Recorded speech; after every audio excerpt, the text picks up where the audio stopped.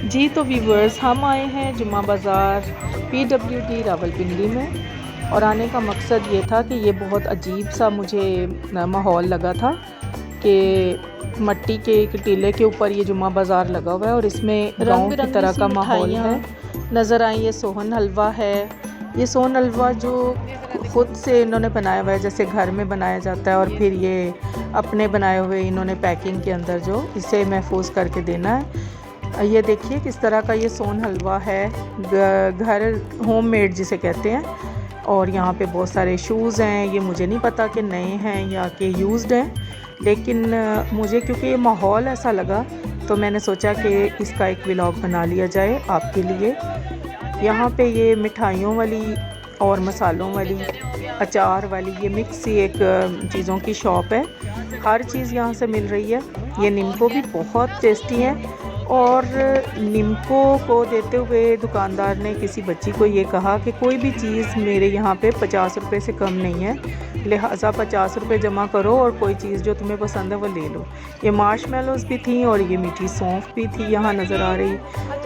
Fruits बहुत ज़्यादा थे इस मार्केट में। और ये यहाँ पे एक स्ट्रीट फूड टाइप जो है वो डोनट और मिठाइयों की, बिस्किट्स की कोई चीज़ें मिल रही थी। यहाँ पे सब्जियाँ मिल रही थी बड़ी ज़बरदस्त। ये फ्राई वाली मिर्चें थी बड़ी बड़े साइज़ की और मुझे बड़ी खूबसूरत लग रही थी। कलर बड़ा फ्रेश, धनिया, पुदीना, गोभी, मूली, इवन यहाँ पे तरह तरह के फ्रूट्स, तरह तरह की सब्जियां बहुत फ्रेश मिल रही थी। शायद ये सुबह सुबह अपने बिक्री के लिए, बेचने के लिए जो है वो तोड़ के लाए थे ताज़ा सब्जियां।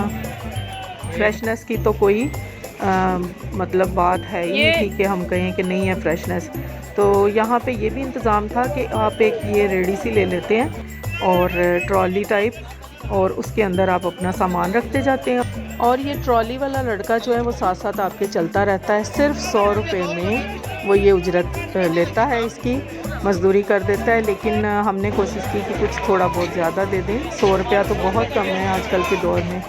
ये मेरे हस्बैंड हैं जो कि मेरे कहने पे वेजिटेबल की चेकिंग मार रहे हैं। और यहाँ पे थोड़े बर्तन थे जो घर में आम यूज़ के बर्तन होते हैं, चमचे और यहाँ पे कुकर्स और ये मसाला कूटने वाले सामान वगैरह, ये सब कुछ पड़ा था। कप्स थे, और लेकिन इनकी क्वालिटी वैसी नहीं थी जो बहुत अच्छी कही जाए, फिर भी चलाने के लिए ये गुजारे लायक सामान मौजूद था।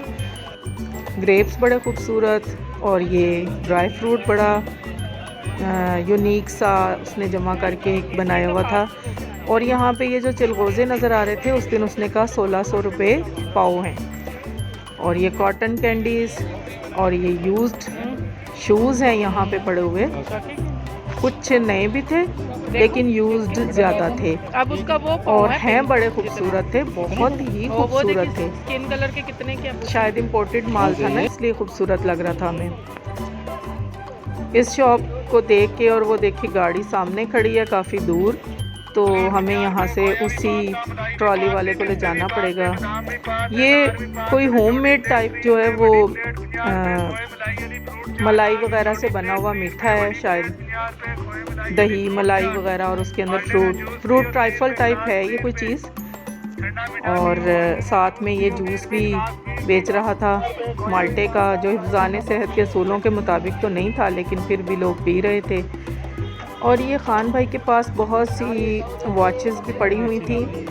ये इनमें से जब हमने कोई एक दो चेक की तो वो बहुत हल्की वेट की थी, इसलिए छोड़ दी।